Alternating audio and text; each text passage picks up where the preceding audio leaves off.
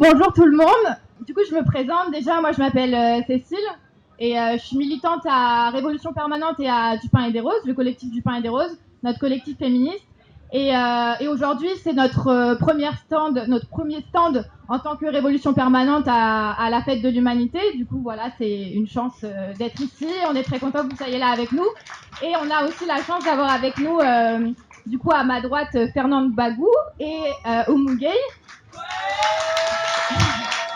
qui, pour ceux qui ne les connaissent pas encore, sont du coup deux travailleuses du nettoyage. Maintenant, Oumou est retraitée, mais elles ont en 2017 fait une grève en fait dans les gares de Paris Nord. Elles sont travailleuses du nettoyage et voilà, c'est une grève voilà contre une entreprise de sous-traitance qui s'appelle Honnête et la SNCF. Et en fait, cette entreprise était toute nouvelle en fait à la SNCF, et en arrivant, elle a décidé en fait qu'il fallait s'attaquer aux conditions de travail du coup d'Oumou, de Fernande et de leurs collègues, et ça n'a pas beaucoup plu aux salariés qui du coup se sont lancés dans une grève. Et aujourd'hui, en fait, enfin voilà, on est là ensemble, du coup, toutes les trois. Elles militent depuis à nos côtés. Elles n'ont pas arrêté de militer toutes les années qui ont suivi, en fait, cette grève de 2017 sur laquelle on va revenir plus en détail. Et si aujourd'hui, pour vous parler du collectif Du Pain et des Roses, en fait, il n'y a rien de mieux que de parler de cette grève, parce qu'en fait, on a lancé notre collectif réellement et lancé notre collectif au moment, en fait, juste après cette grève qui a eu lieu du coup en décembre et en janvier 2017. Et c'est là où, enfin voilà, ça donne du sens à notre collectif. Et nous, on est du coup Du Pain et des Roses, on est un collectif féministe révolutionnaire, marxiste, lutte des classes.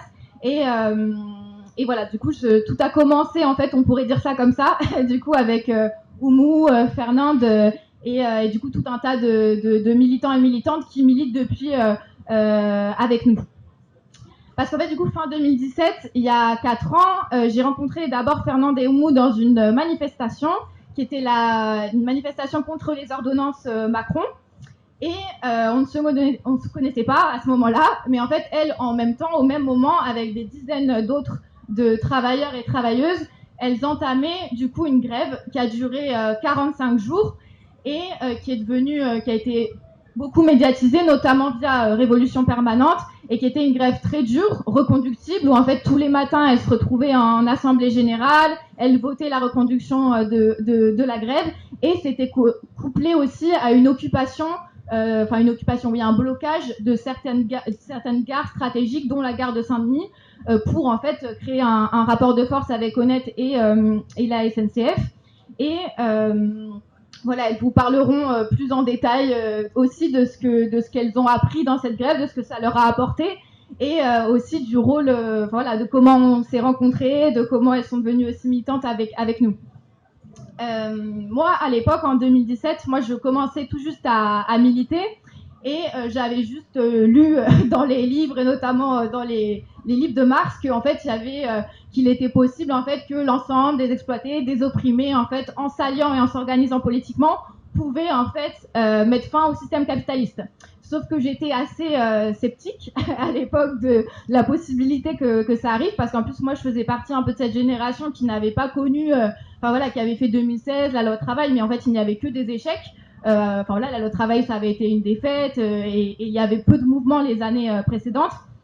Et en fait, voilà, il y a eu cette grève, et en réalité, cette grève, ça a été une victoire, parce qu'au bout de 45 jours, du coup, Fernande, Oumou et leurs collègues ont réussi à faire plier, du coup, ce géant du nettoyage, et à obtenir, à gagner sur leurs revendications, qui au début étaient, mais des choses qui peuvent sembler très... limite qui aurait dû être normale, c'est-à-dire qu'elles demandaient une augmentation de leur panier repas, c'est-à-dire avoir ne serait-ce que 4-5 euros pour pouvoir en fait manger le midi. Elles demandaient en fait à ne pas être envoyées sur 15 gares sur une journée de travail, et pouvoir en fait faire juste une gare et pas être envoyées aux 4 coins du 93. Et elles ont obtenu, voilà, elles vous expliqueront tout ce qu'elles ont, tout ce qu'elles ont pu gagner. Et et du coup, c'est ces femmes qui ont réussi, avec leurs collègues, en étant unies pendant 45 jours, à démontrer en fait à leur échelle, localement, qu'en fait c'était possible de gagner, que c'était possible de terrifier le patronat, et que c'était possible de gagner des choses. Et je sais pas si vous vous souvenez aussi, mais en 2017, au même moment, il y avait aussi, et en tant que féministe révolutionnaire, il y avait aussi quelque chose qui commençait à poindre le bout de son nez, c'était le mouvement MeToo, c'est-à-dire la dénonciation des violences sexistes, des violences sexuelles dans tous les lieux de travail, dans les lieux d'études, dans tous les aspects de nos vies. Et en fait, il faut savoir qu'à Honnête et dans les entreprises de nettoyage, il y a énormément en fait de sexisme, et c'est un des secteurs où il y a le plus d'agressions sexistes et sexuelles. Et d'ailleurs, à Honnête et dans l'entreprise dans laquelle travaille Fernand Dehoumou, il y avait une des grévistes qui avait été victime d'une agression par un de leurs supérieurs à Honnête.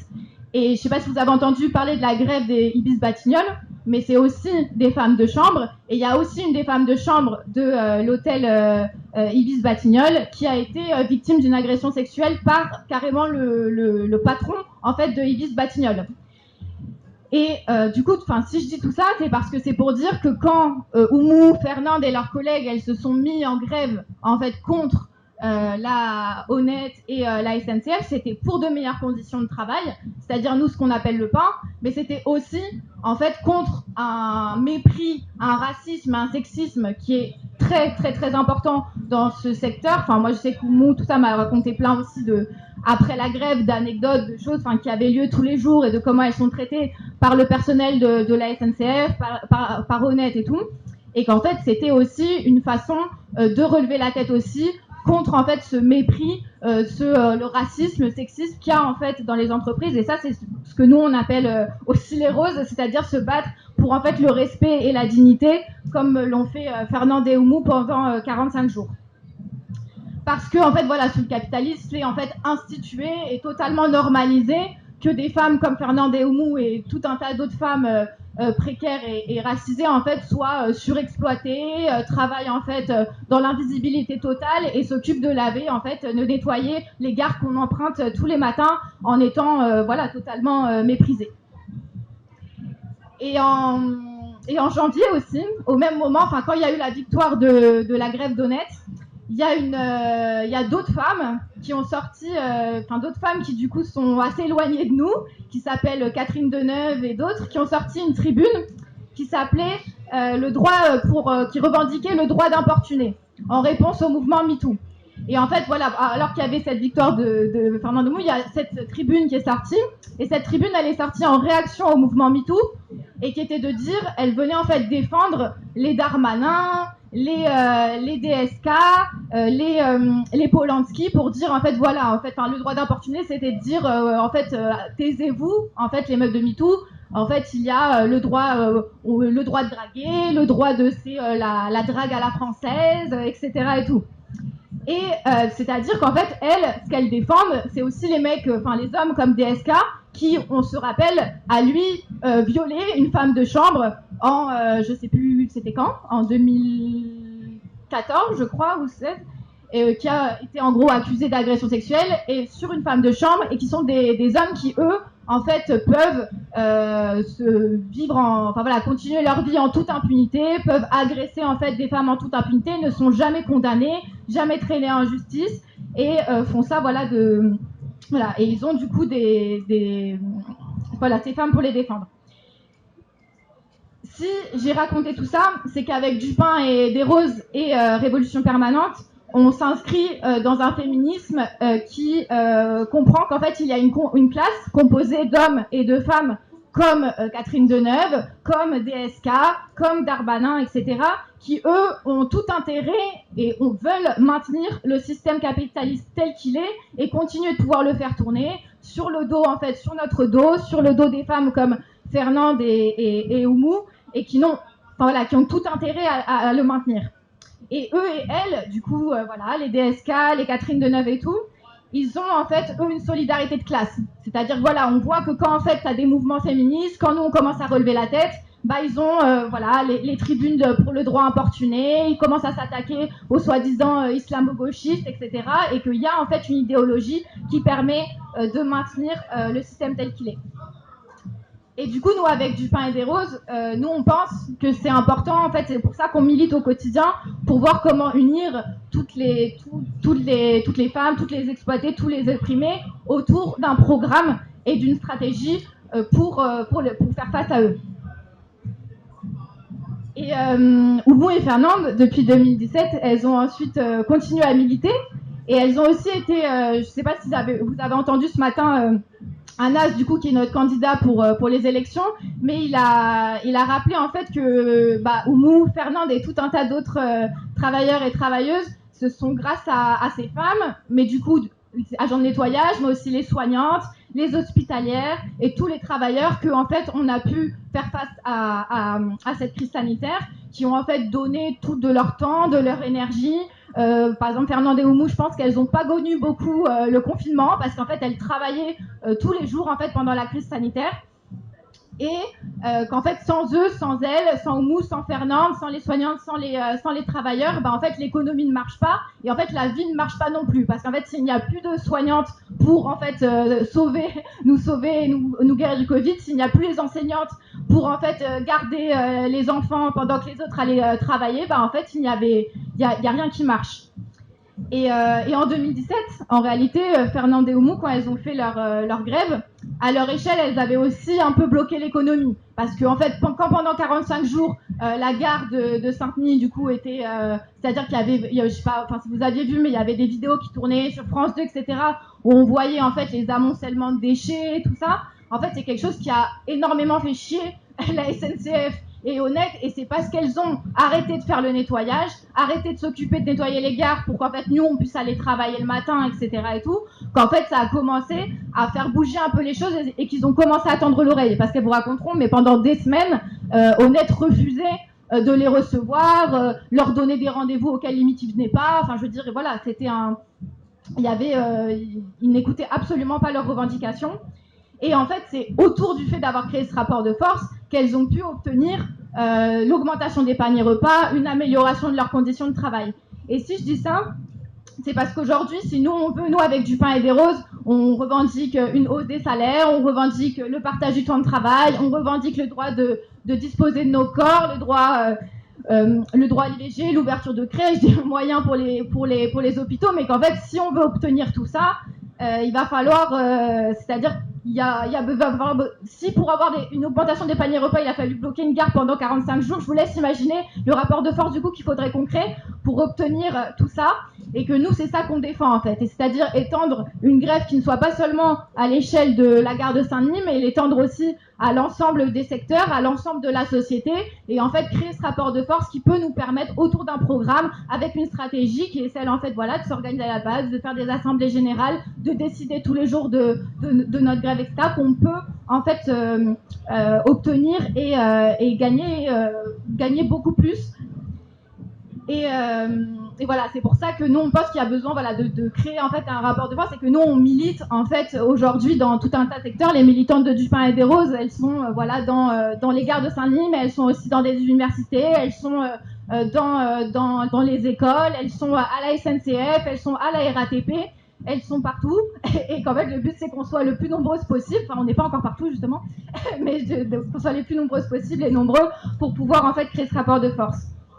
Et c'est pour ça en fait que nous, on construit Du Pain et des Roses au quotidien, et qu'on cherche à ce qu'il y ait le maximum en fait de jeunes, de travailleuses qui en fait, comme moi j'ai pu le faire en 2017 et comme d'autres ont pu le faire les années d'après, essayent de convaincre leurs collègues des idées révolutionnaires et de la nécessité d'en finir avec ce système d'oppression et d'exploitation.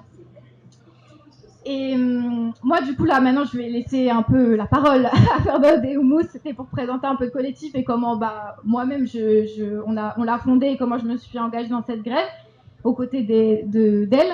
Et peut-être un peu pour commencer, ce que de vous présenter et de dire aussi, aujourd'hui, on est en 2021. C'était du coup il y a 4 ans, du coup, la grève.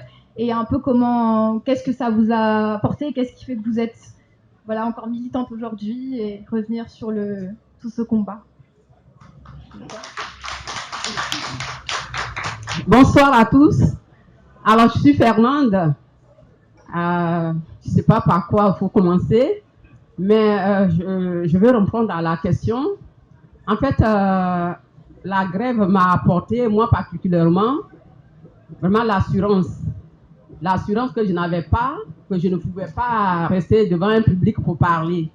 Aujourd'hui, par rapport à la grève, je peux rester devant un public pour parler. Je peux aller défendre aussi mes collègues auprès de nos employés. Donc, en fait, on a commencé cette grève depuis 2017 par rapport à nos conditions de travail. Voyez-vous, quand vous travaillez, que une entreprise vient pour vous écraser, pour vous dire que vous n'êtes rien, il faut se lever pour se battre. Et nous, on a fait cette lutte-là pour se faire respecter. La grève nous a apporté beaucoup de choses, moi particulièrement beaucoup de choses. Aujourd'hui, je peux militer, je milite auprès de Révolution Permanente. Aujourd'hui, je peux aller défendre auprès de mes employés, les collègues qui sont là, qui ont besoin vraiment qui ont leurs revendications. Je peux aller vraiment pour revendiquer auprès de nos employés, donc nos employeurs du moins. Et la grève m'a donné l'assurance, surtout l'assurance, parce que franchement, moi, j'aime pas les yeux, j'aime pas vraiment le public. C'est quelque chose que je n'arrivais pas à pouvoir vraiment tenir bon devant le public. Mais aujourd'hui, cette grève m'a fait, à force de parler, à force de venir dans les réunions, dans les conférences, voilà, dans les débats, ça m'a donné l'assurance aujourd'hui. Mais cette grève, il faut dire que nous avons revendiqué parce que Honnête a voulu nous écraser avec la SNCF.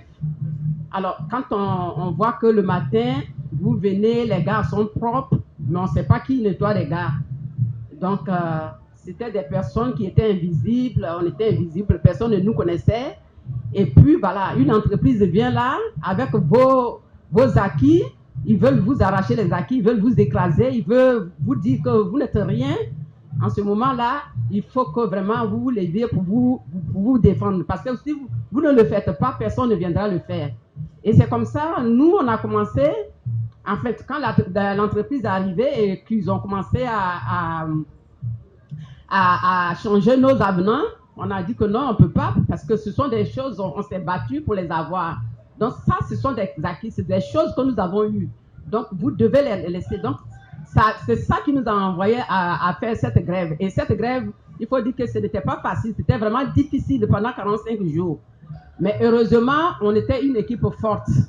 On avait des collègues qui étaient vraiment formidables. On avait aussi nos syndicats qui étaient auprès de nous.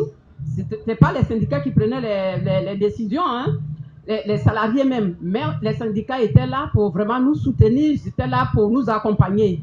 Aussi, il y avait la population de Saint-Denis qui était là. Il y avait tout le monde, si on veut voir toute la France même, parce que par rapport aux médias, par rapport à tous ceux qui avaient attendu cette grève, qui ont appris, qui venaient quand même à Saint-Denis où on avait fait le piquet de grève, qui venaient nous soutenir. Donc on savait qu'on avait un soutien. On avait aussi Révolution Permanente, franchement, qui a été là tous les jours. Il faut dire que c'est pourquoi aujourd'hui, on ne peut pas vraiment se séparer de Révolution Permanente. Parce qu'ils ont été vraiment un soutien pour nous.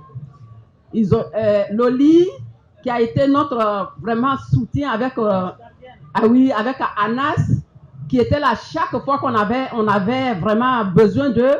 Ils étaient là, avec tant d'autres, les étudiants comme Cécile qu'on a connue, comme Alé, beaucoup de personnes comme Philomène. Donc, toutes ces personnes étaient là, donc nous, ça nous a rassurés. On savait qu'on n'était pas seuls. Et en fait, ça nous a amené à pouvoir aller jusqu'au bout de vraiment nos convictions. Pour dire que quand on est employé de nettoyage, c'est pas du mépris. Donc, nous sommes allés jusqu'au bout pour se faire respecter. Parce que après tout, chacun a son métier. D'autres veulent rester dans les bureaux. Nous, quand on est venu ici, par rapport à notre situation, c'est le métier qu'on a choisi et on aime ce métier. Donc, il faut que quand on travaille, on puisse nous respecter aussi pour dire que c'est nous qui rendons les gares propres. Parce que dans ces gares-là, il y a n'importe quoi là-bas. Il y a des pipis, il y a des gens qui viennent faire des déchets, il y a des crachats, tout ça là. Nous, on ne s'occupe pas, mais on fait notre travail. Donc, quand on vient, il faut qu'on nous respecte. Donc, c'est ce qui nous a fait sortir vraiment de notre... au cas où on était, où on ne nous voyait pas, on a commencé à se manifester pendant ces 45 jours. Et il faut dire que c'était vraiment difficile, mais on est allé jusqu'au bout. On a fait des sacrifices. Parce que pendant cette grève-là, c'est des gars qu'on a pris, 3 gars par rapport au piquet de grève. Et ces 3 gars, il fallait dormir là, il fallait veiller sur ces gars. Il fallait rester là pour revendiquer, il fallait rester là pour ne pas laisser les intérimaires rentrer dans les gars pour travailler. Et avec tout ça, il y avait vraiment de la répression. Il y avait la police qui était là, il y avait la gendarmerie, il y avait la police municipale, il y avait Honnête qui était là avec les huissiers, tout ça pour vraiment nous intimider. Mais par rapport à ça, on n'a pas voulu vraiment baisser les bras. Donc, c'est pour vous dire qu'une lutte, pour faire une lutte, c'est vraiment, en fait, c'est un sacrifice. C'est un sacrifice. Donc, voilà ce que ça nous a apporté. Et il faut dire que dans cette lutte, les femmes ont été vraiment fantastiques. Elles ont été formidables parce que à un moment donné, par rapport à la lutte, les femmes, en fait, elles étaient toutes présentes. Elles étaient là, elles venaient là. Il y a d'autres qui ont dormi même dans les gares. Et elles se sont organisées pour faire des repas, pour apporter dans les gares, pour que nous restons sur place pour pouvoir vraiment veiller sur notre travail. Mais on ne s'est pas arrêté là parce que avec ça, on allait quand même dans d'autres gares pour aller manifester. On allait aussi à Paris pour aller manifester. On allait aussi pour les négociations. Et tout ça là, c'était quelque chose que, en fait, on a pu faire parce que il faut reconnaître que ces femmes qui étaient là, elles avaient leurs enfants, elles avaient leur domicile. Il fallait s'occuper de la vie familiale. Il fallait s'occuper aussi du travail. Donc, tout ça, ça nous a, aujourd'hui, moi particulièrement, ça m'a donné de l'assurance. Ça m'a apporté beaucoup de choses. Ça a fait que j'ai connu beaucoup de personnes. Et puis, ça fait qu'aujourd'hui, je me suis rapprochée de mes collègues. On a formé une famille. La preuve en est qu'aujourd'hui, partout où je passe, je suis avec Oumou qui est là. Et les collègues, on ne s'est pas vraiment perdu de vue. On s'appelle. Quand quelqu'un a un problème, on se lève, on va là-bas pour voir cette personne. On est en communication, on est vraiment toujours ensemble. Donc voilà un peu notre histoire. Donc je ne veux pas être trop longue. Donc,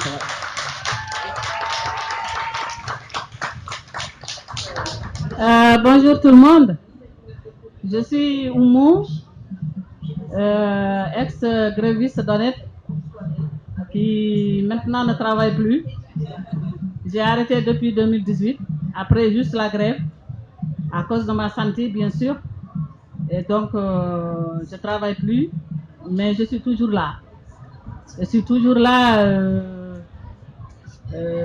à cause de Révolution Permanente, qui tout ce qu'ils font, franchement, ils nous invitent, ils nous disent de venir. Et donc, je suis toujours là avec ma collègue. Et donc, cette grève, je peux dire que ça nous a donné beaucoup de choses. D'ailleurs, d'abord, ce qu'elle a dit, ma collègue, l'assurance. L'assurance, parce qu'on avait commencé le 1er novembre, on ne savait pas où aller. On a commencé, on s'est dit peut-être qu'ils vont nous voir au bout d'une semaine et on va reprendre le boulot. Mais au fait, c'était pas ça. C'était plus dur. Mais on a tenu. Et on a eu Révolution Permanente. On a eu nos syndicats qui ont été derrière nous. Le premier jour, ils sont venus nous voir. Il y avait Loli, Laura, il y avait Anas qui sont venus nous voir à la gare de Saint-Denis. Et puis, ils nous ont demandé, on a dit, voilà, on a entamé une grève, mais il y a eu au moins 3-4 jours, on n'a vu personne, on n'a pas vu de patron. Et donc, on est là.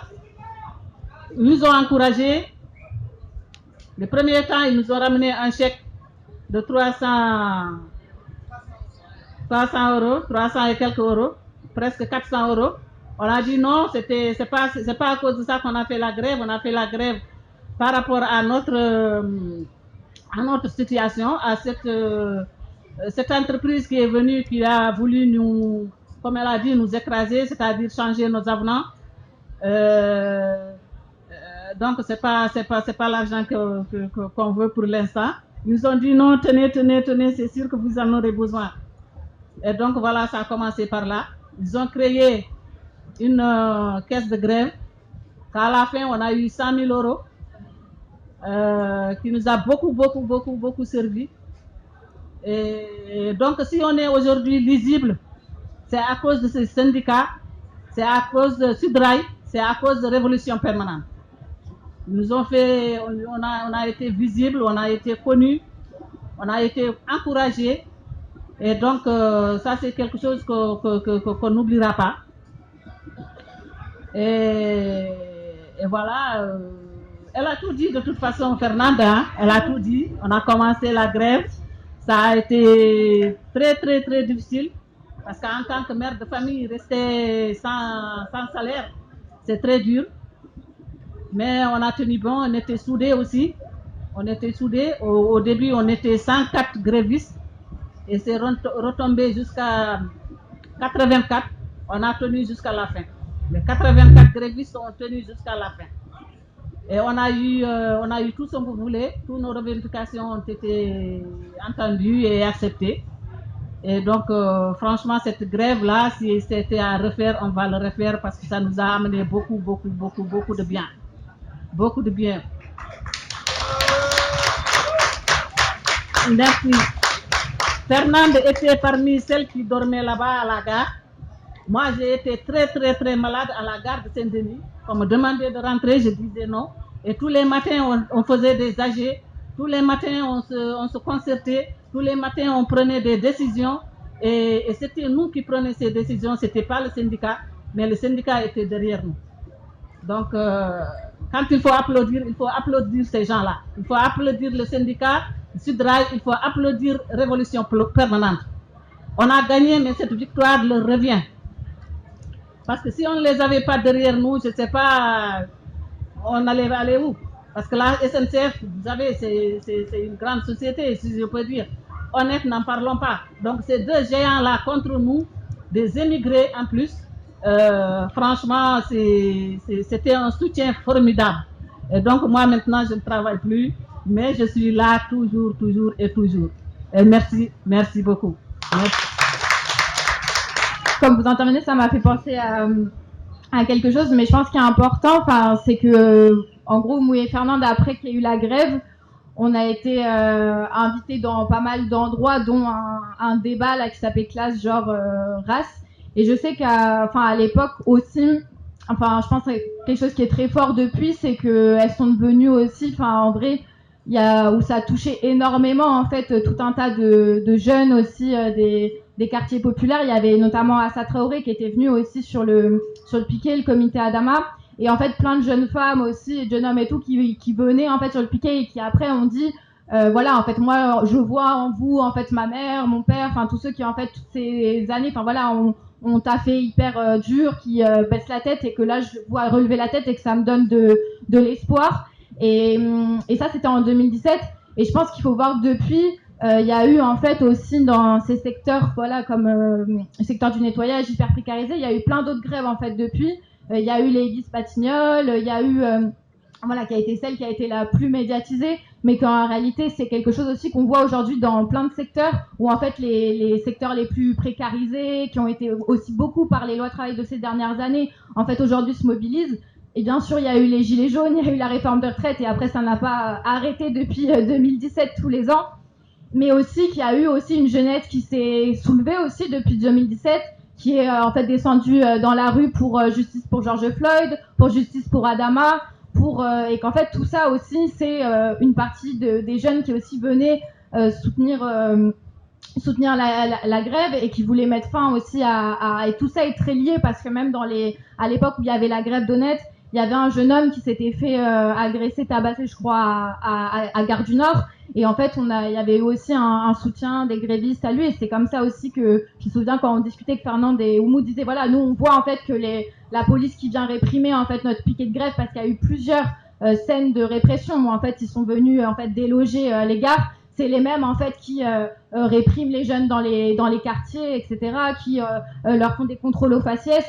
Et ça c'est depuis en fait je pense que elles sont, ce qui est très important c'est que Fernande et Oumou, l'assurance qu'elles ont gagnée c'est aussi de pouvoir en fait s'adresser à toutes les femmes et les hommes comme elles qui sont dans ces tafs là, de leur donner envie en fait de se battre, de relever la tête, d'être visibles.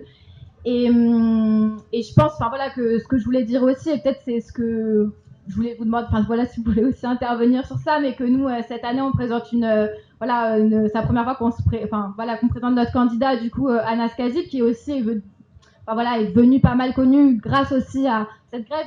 Il est cheminot, comme disait très bien, comme disait Oumou, qui a en fait beaucoup soutenu cette grève, mais qui a été aussi quelque chose qui a été une bataille en vrai au sein même auprès des cheminots, auprès des syndicats dans lesquels il était, parce que c'est pas vrai que de manière naturelle les syndicats sont venus soutenir la grève d'Honnête. En réalité, vous pouvez le voir on a fait un film en fait qui s'appelle Les Petites Mains Invisibles, et il y a un des grévistes en fait qui raconte comment au début, s'il est en vente là, je redirai à la fin, et en fait, il raconte en fait qu'au début, la grève était totalement en vrai invisibilisée. Il n'y avait pas en fait de syndicalistes qui venaient les soutenir, alors que ça fait déjà plusieurs jours qu'ils sont venus. Et comme l'a dit Fernande, c'est au moment où Laura et Anas en fait ont commencé à aller sur le piquet, ont commencé à aussi en parler dans Sudrail et à dire qu'il fallait soutenir cette grève, parce qu'en vrai aujourd'hui, ce qu'on voit dans nos syndicats, ce qu'on voit sur nos lieux de travail, c'est qu'il y a une grosse division en réalité entre les différents corps de métiers. C'est pour ça que nous, entre autres, on porte la candidature d'Anas aussi pour défendre les droits les droits des personnes des quartiers populaires, défendre en fait une candidature internationaliste. Et je ne sais pas si vous voulez dire aussi quelques mots justement sur aussi pourquoi peut-être pour vous c'est important cette candidature d'Anas, pourquoi vous pensez que ça peut être que c'est important qu'on puisse en fait arriver à avoir les 500 signatures, qu'on puisse le présenter ou... C'est important vraiment la candidature d'Anas, parce que Anas c'est le candidat des sans-voix, des précaires, des démunis, de ceux qui souffrent. Donc moi je pense que je pense qu'avec les efforts, on pourra avoir les 500 signatures. Je le crois bien, parce que je pense qu'il y a beaucoup de personnes qui souffrent, il y a beaucoup de personnes qui sont dans la précarité aussi. Donc, je pense que, en fait, moi, je soutiens vraiment la candidature d'Anas, et je veux bien qu'il aille plus loin, et qu'il puisse avoir vraiment ces 500 signatures pour être candidat. Parce que si Anas est là, plus tard, pour nous les précaires, nos voix seront entendues. Voilà. Ceux qui sont les démunis, en fait, tous ceux qui sont issus d'immigration, je pense que tous ceux-là seront attendus plus tard quand il sera un candidat, ou bien quand il sera un représentant vraiment d'un gouvernement. Même s'il n'est pas président, qu'il devient maire, député. C'est quelque chose, hein, pour moi, c'est quelque chose.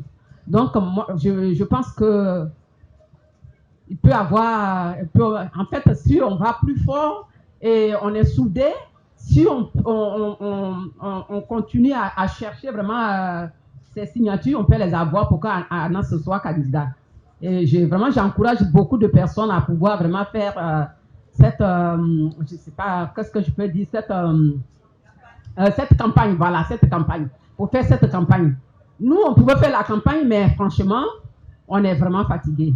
Oumou et moi, on est fatigués, on n'a plus, voilà. Mais, franchement, vous qui êtes encore jeunes, faites tout pour que Anas puisse avoir les 500 signatures. Ça, c'est notre souhait.